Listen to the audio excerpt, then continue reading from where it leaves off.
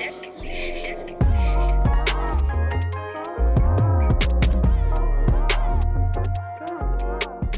remember when I used to go see my dad, my mum used to take me to go and see my dad. He used to be chilling, drinking Hennessy. So that's my special connection with Hennessy, man. So listen, what would you call it now? I'm gonna get an announcement, Hennessy. Hennessy, If you want someone like me, Swansea, an established figure in the community and out of the community that represents high echelon stuff, you know, you either contact me or contact the team, man. Yeah, give us a Dad, shout, Henny. Huh? I said, Henny, give us a shout. Give us a shout, man. Pause on that note. We don't normally do this early on in Culture Box. Yeah. But if you could go in the box, if you just move the plant out the way. Yeah, just move that plant out the way for off the time. Top, yeah, just move it off and put it on the table for a sec. Cool. And then just go in the box and there's a blue bag. And because it's just that you mentioned it, so I'm gonna show you my magical powers. Yeah, he said he had a special connection with Hennessy, so what's this? Yeah, open it up, man. Let's do this right. If we're going back, my days. Exactly. Hennessy, we need a sponsor. Rem needs a sponsor. Hey, you see how that works That's out? That's mad, isn't it? I didn't have a clue, you know. That is mad. This is mad. He said special connection with Hennessy. Very special. Hennessy, very special. See, there you go. So yeah, this is crazy. Yeah, so you can bust that whenever. So yeah, go on. Yeah. Okay. So when I ask you anything, okay, cool. Yeah. Cool. And this is mad. Thank you so much, man. Yeah, no problem. That's wow. For you. That's a trip. It's mad, isn't it? That is a trip. And you know what? If you take the other thing out there as well, I just want to tell the people. All right, cool. Let's do it. Yeah. This Rem made a drink a long time ago, and it was lychee and it was Hennessy. Yeah. It wasn't fizzy lychee. It was the still one, but the still lychee we found out, me and Chex, is that it's discontinued. They don't. It's very it's rare. Like for the last 6 months, it hasn't been about. So I thought, let's bring it back. So we got him a lychee, we got him a Henny. And we used to drink that. That was a drink like 10, 15 years ago. We was on that for a long time. So big up Rem for that. But sorry, you were saying, so that's where you butt Hennessy at your dad's house. Yeah. Butt Hennessy. Yeah, Hennessy was just the aroma. Obviously, as a 4, 5, 6-year-old, I didn't know what it was, but that aroma stayed with me. And it's strange. That's if I have a connection with my dad, and that's one thing that I always remember. So maybe indirectly, I have a connection. Me drinking Hennessy, sort of like a connection to Pops. You know what I mean? God rest his soul. So that's what I remember that. Situations happen, like my older brother, Prince, aka Buju. Who is that because he resembled Buju Banton? Yeah, resembled Buju Banton. So yeah, there was one significant thing that happened with him. So he was like what I call it was pretty naughty, you know what I mean? It was pretty naughty out there. He used to get up to no good, you know, and you know, didn't really help that my uncle was a police officer. So my brother and my cousins used to use that. Yeah, take advantage of that. Yeah, use that as, you know, and do get up to mischief. Anyway, enough was enough, and the local police decided to arrest him.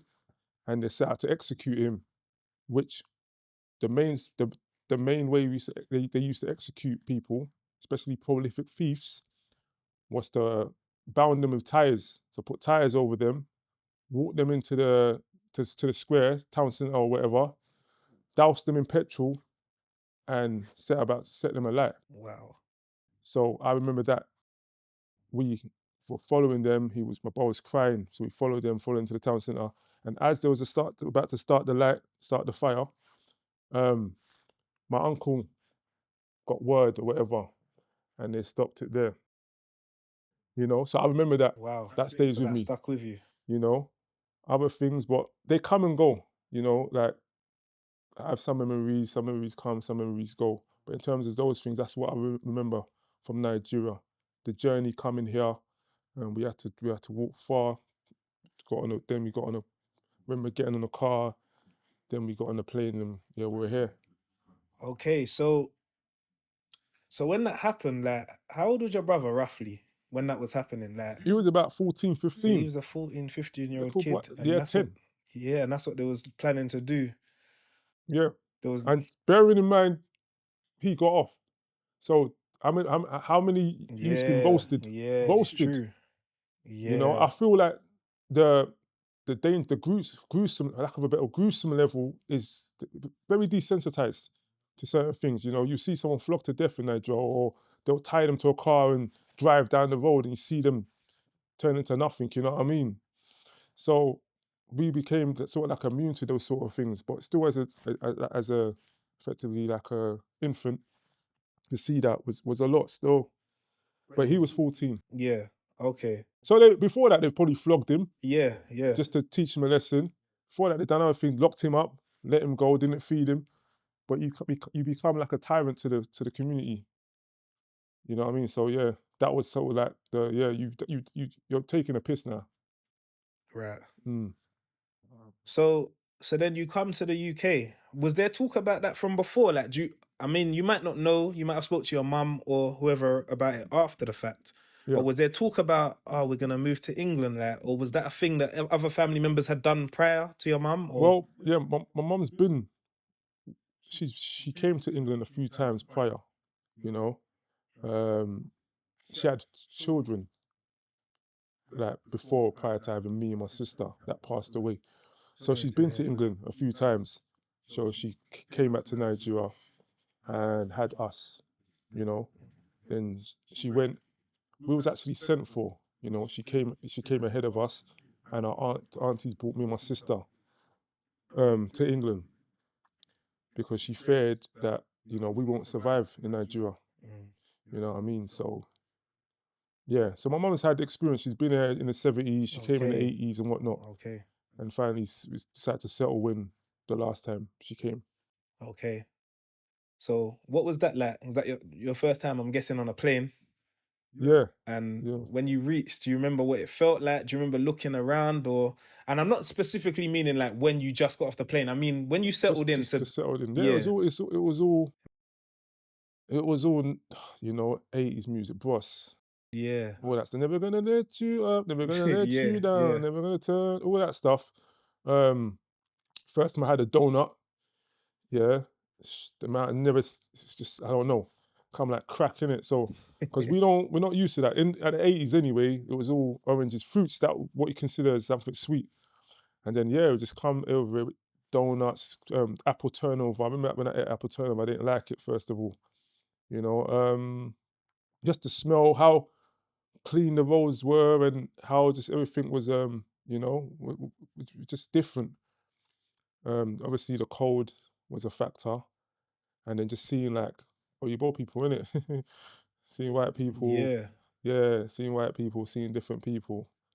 But yeah, that's all I can. Yeah, but the music, that stays with me. Yeah. Yeah. Yeah. All that late 80s music, early 90s music reminds me of when I first came. Yeah. Okay. So yeah, I heard you mention that on the shouts to Spray on their podcast when you spoke about the donut. Don't big him up, man. Set me up, man.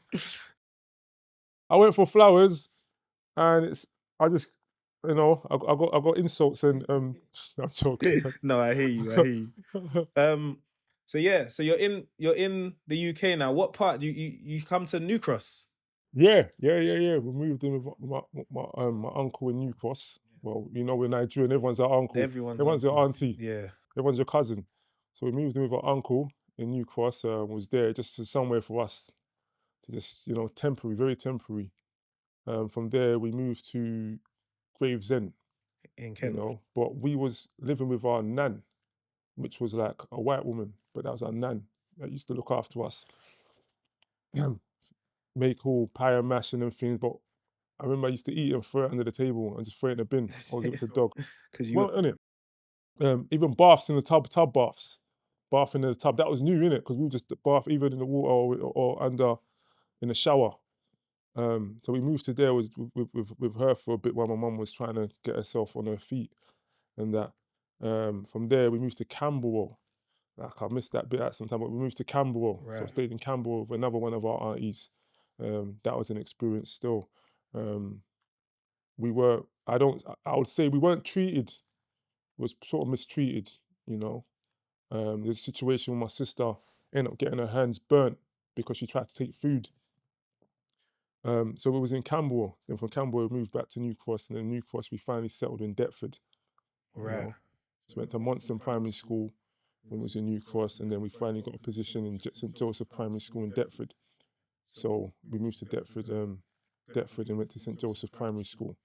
Okay. Mm. Question: when you went to Deptford, was that where you ended up staying? Because I know you used to represent Deptford hard, like in your lyrics and stuff. From Deptford, From put your hands Deptford, up, say yeah. It's And you used to yeah. mention the Maple Flats and stuff. Please check